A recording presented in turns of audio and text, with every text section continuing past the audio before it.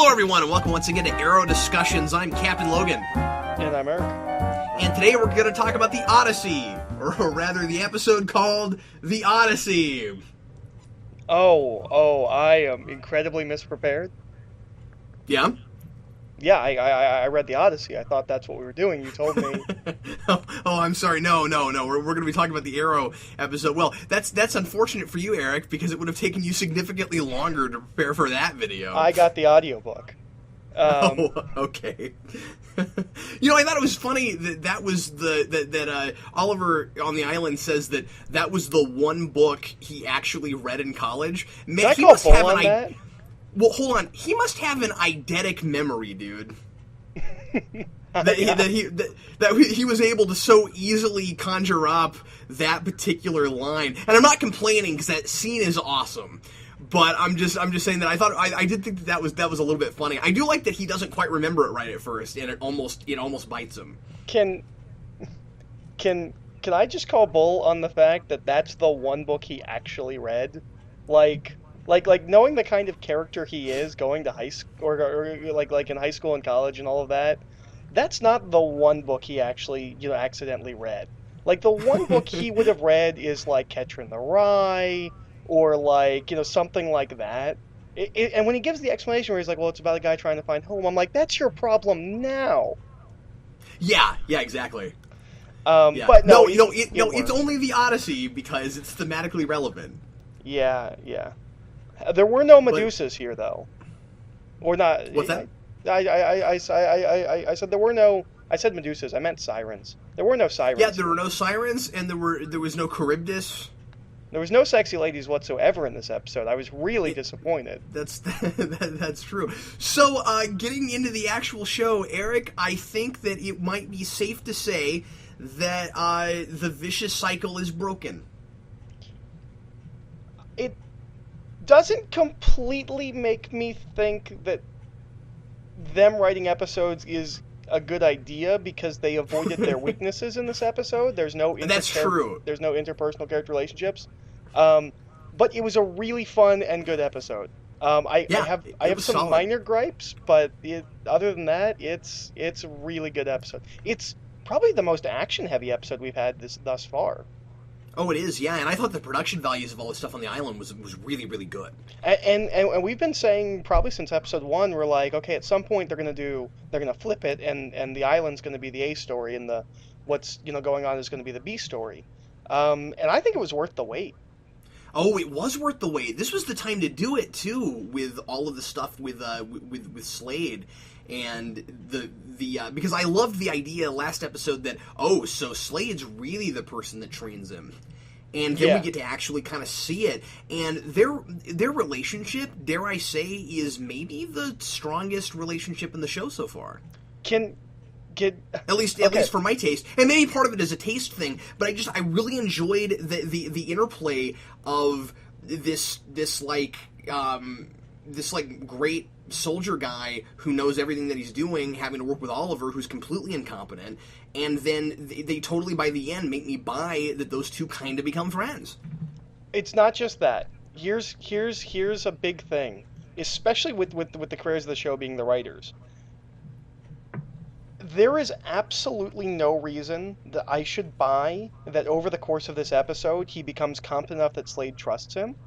But I 100% buy it by the end, and I think part of that is I think the actor has really grown into himself, especially going back and forth. I think he does a really good job of showing the transition between rich playboy to not who he is in the present, but kind of on his way there. I think he did a really good job of hardening himself up throughout the episode. That I in the 43 minutes that the episode passes, I buy that he goes from kind of the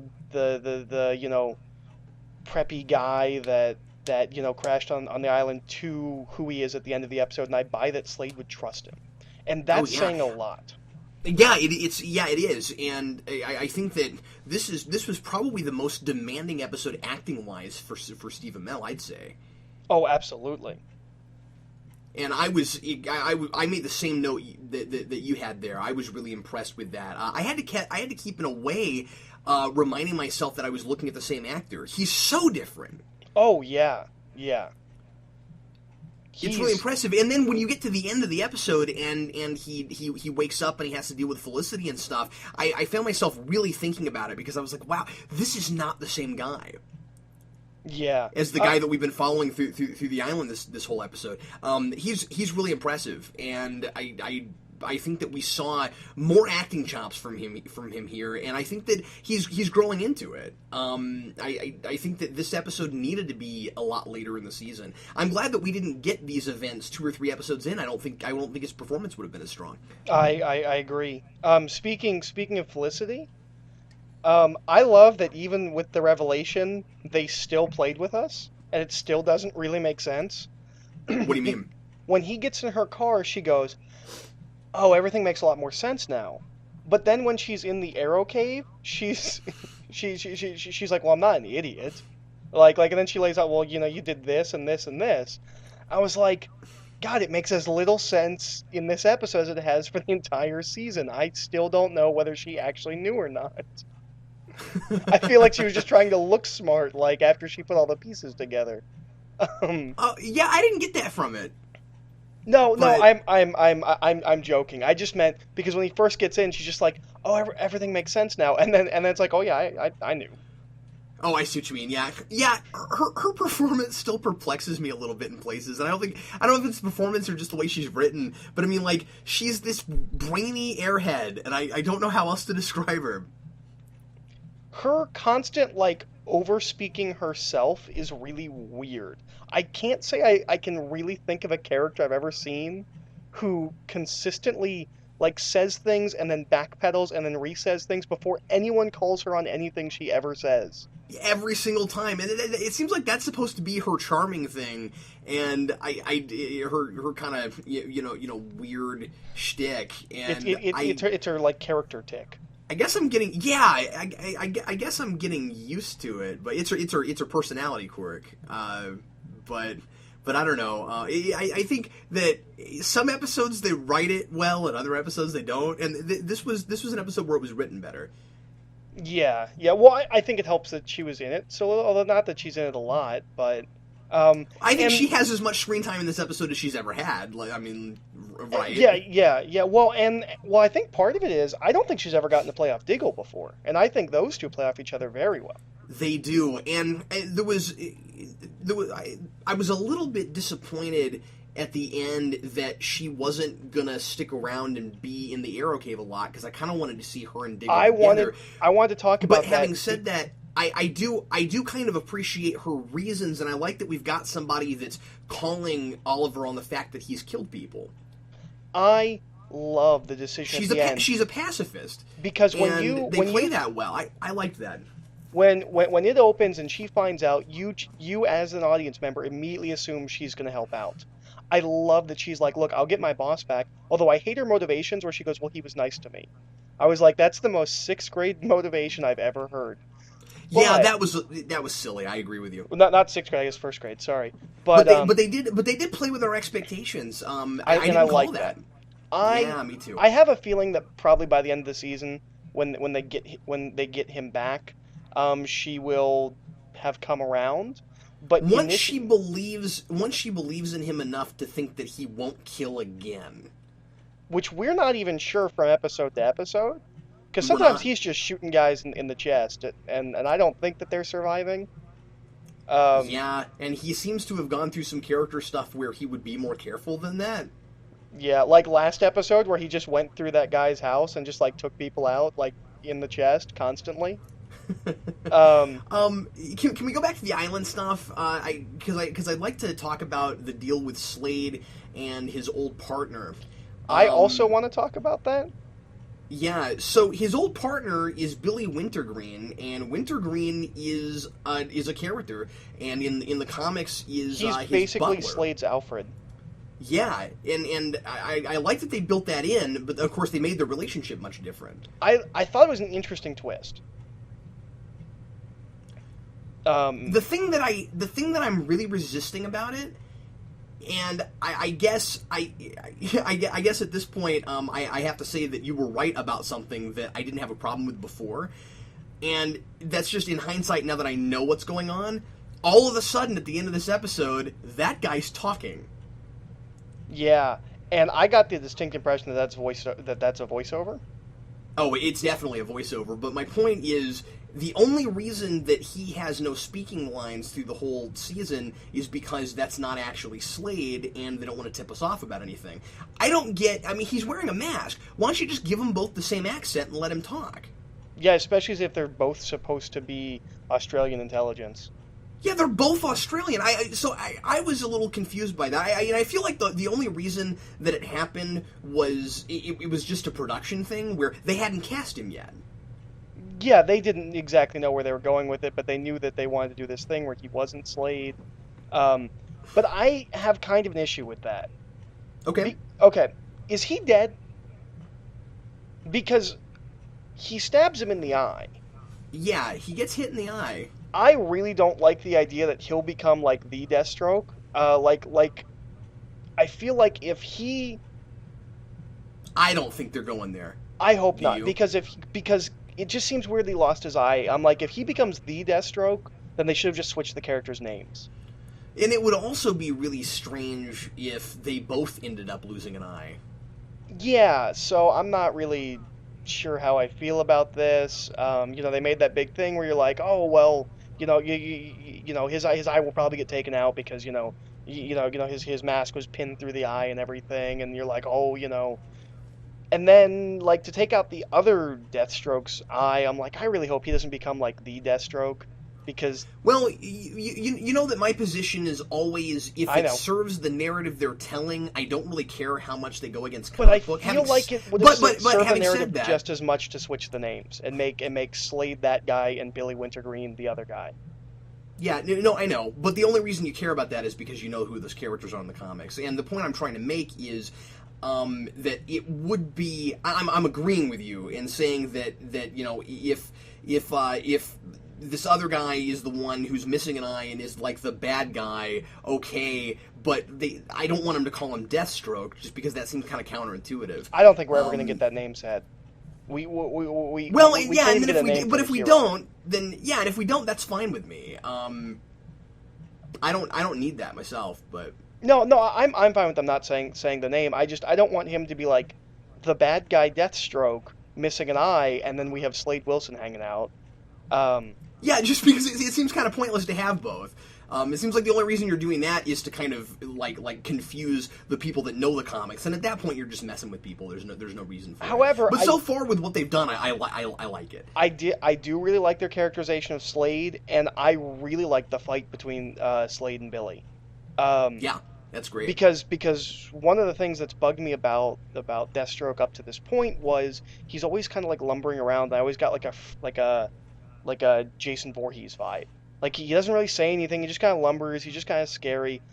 And I thought he was too bulky, like I couldn't see him moving quickly, but then they have like a sword fight thing and he's moving pretty quick, so I really like their fight.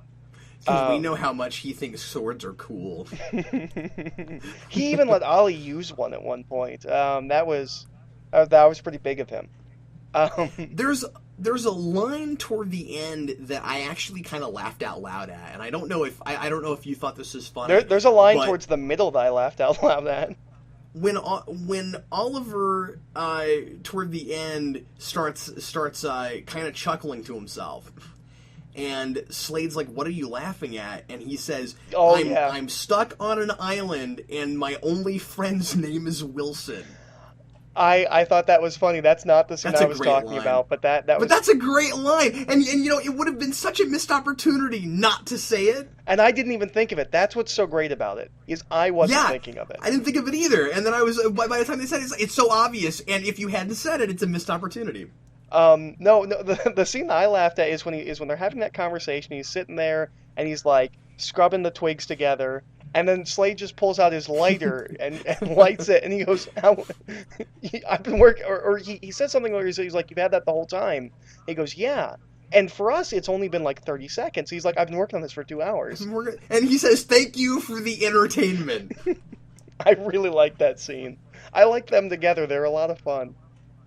Yeah, I was just surprised by the sheer amount of personality these guys have. Oh yeah, well, and for a show that early on I thought was kind of bland with personalities, and these guys are memorable. You know, this is an episode that'll stick with me. and let's not forget that we got some backstory and motivation for Yao Fei.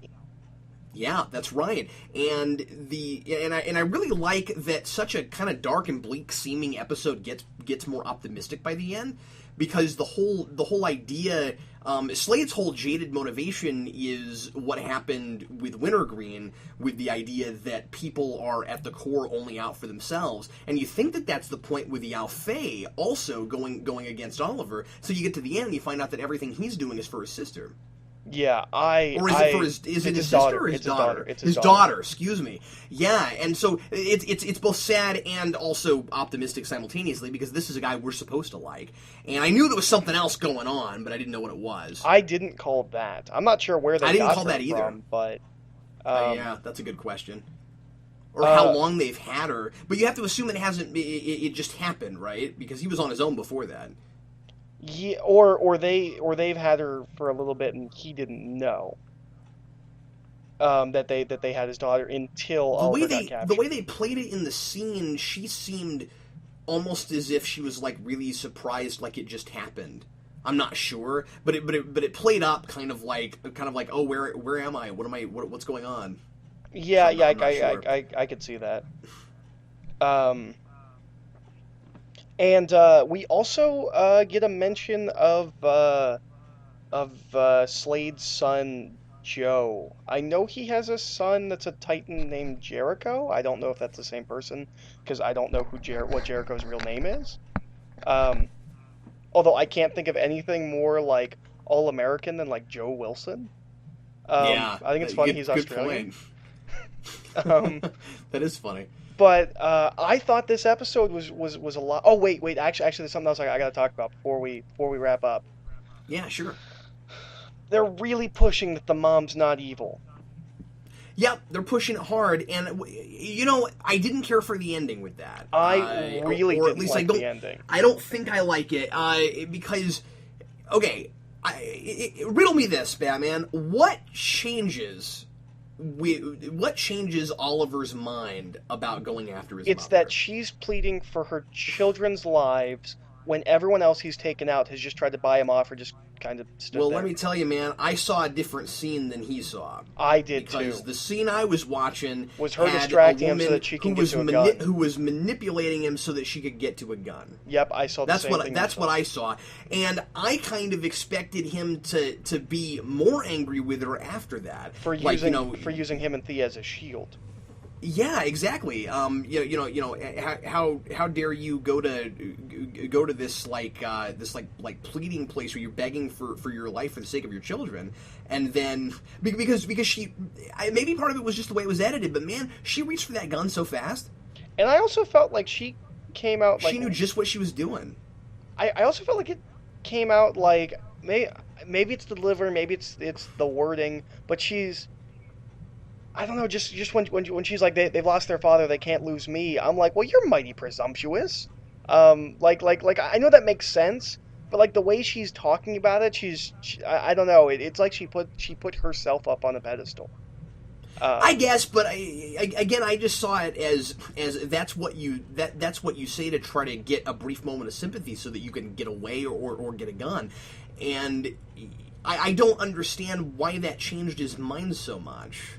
Because the thing is, he knows there's something going on with her. They've got a lot of evidence right now, and so that the fact that she did that seems like a really flimsy reason to just suddenly go, oh, she's off the table. And I feel like we just backtracked from a bunch of progress we made just because we gotta wait to the end of the season. Is kind of the sense I get from it before we finally let anything go down with that. I just feel like it's stalling. And I definitely feel like it's stalling, and I got the impression, because, by the way, Jericho's name is Joe William Wilson. I just looked it up. I got the impression that because the show for, the last like 5-6 episodes has been pushing this she's not bad angle so hard. I feel like we, the audience, are supposed to go along with Ollie. Um, whereas, Oh yeah, certainly we're supposed to, but I'm not. I don't buy it. yeah, I don't either. I'm really like Ollie. Don't trust her. You're being dumb. Yeah, that was the only thing I didn't care for. The problem is, of course, that sets up kind of the status quo for right now, and Yeah, so but it makes me a little bit leery about where we're headed with that, if anywhere. I feel like they're probably going to put that back on the back burner again for a few episodes before we get to the end, don't you? I absolutely feel like that. I feel like this was just them getting that out of the way so they can come back to it later. Um, Strikes me as kind of easy drama, because that was such a great cliffhanger. Talking about easy drama, so we're getting a love triangle really, really soon Yeah. because we've already got Laurel, um, kind of as a thing for Arrow, and then all of Ollie's like motivation for this episode was to get back to her. Right. He's still got feelings for her that he hasn't really acknowledged up to this point. And Right. well, I mean, I guess there's still like 4 years and 6 months of time for him to get over her. But based on what I saw this episode, I feel like we're gonna go into a Tommy, Oliver, Laurel triangle that I felt like they'd really nicely avoided up to this point. I think it's hilarious that if you put Tommy and Oliver's first names together, you get the Green Ranger from Power Rangers.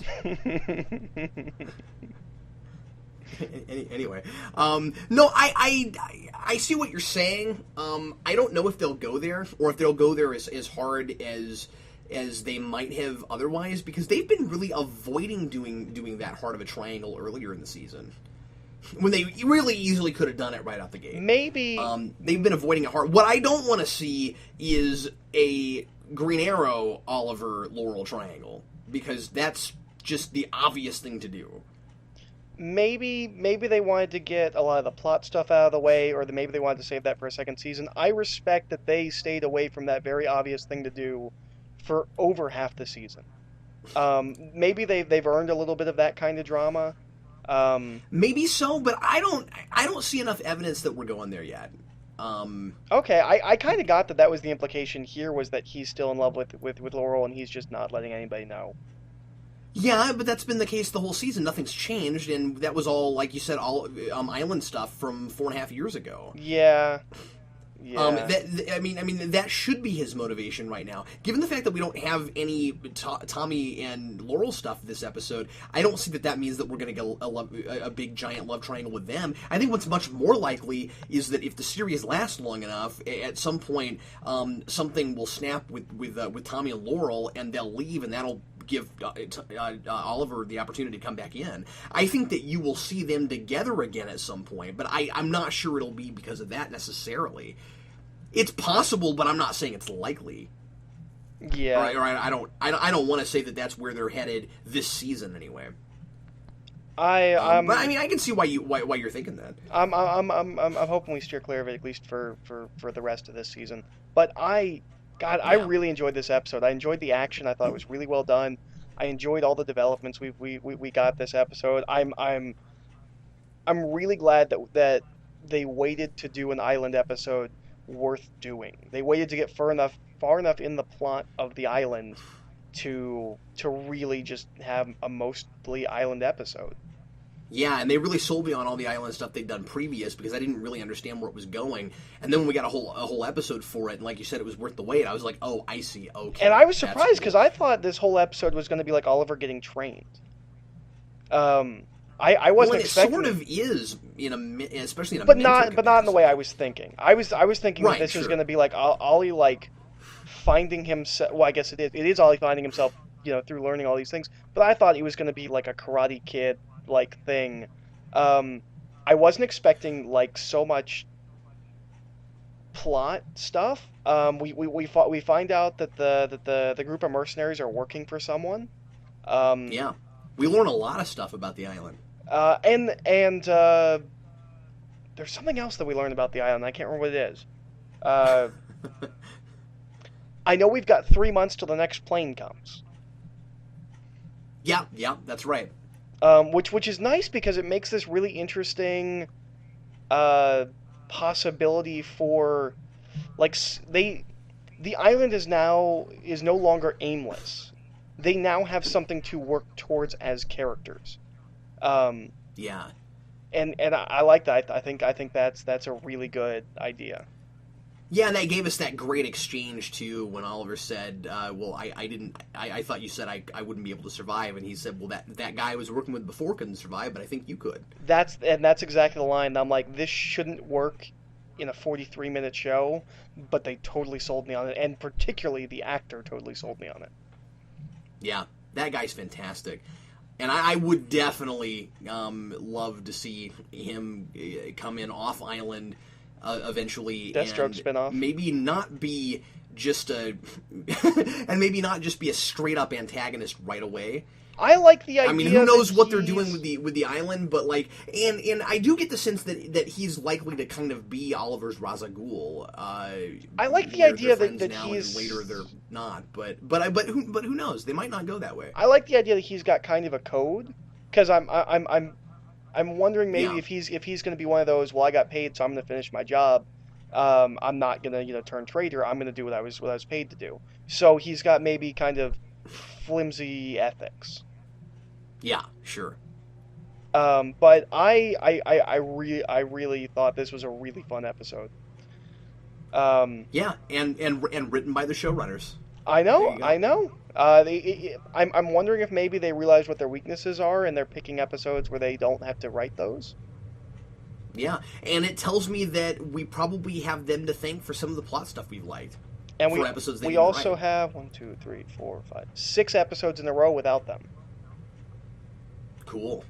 I think maybe you're right. I think maybe they're plotting on the sidelines now and saying we're going to let somebody else do most of our dialogue for those more relationship heavy episodes. Yeah. But oh man, this episode was a lot of fun. Going into this episode, I can honestly say, in all the times we've watched this show, this is probably the first time I've actually like really been excited and been like waiting to get to this episode.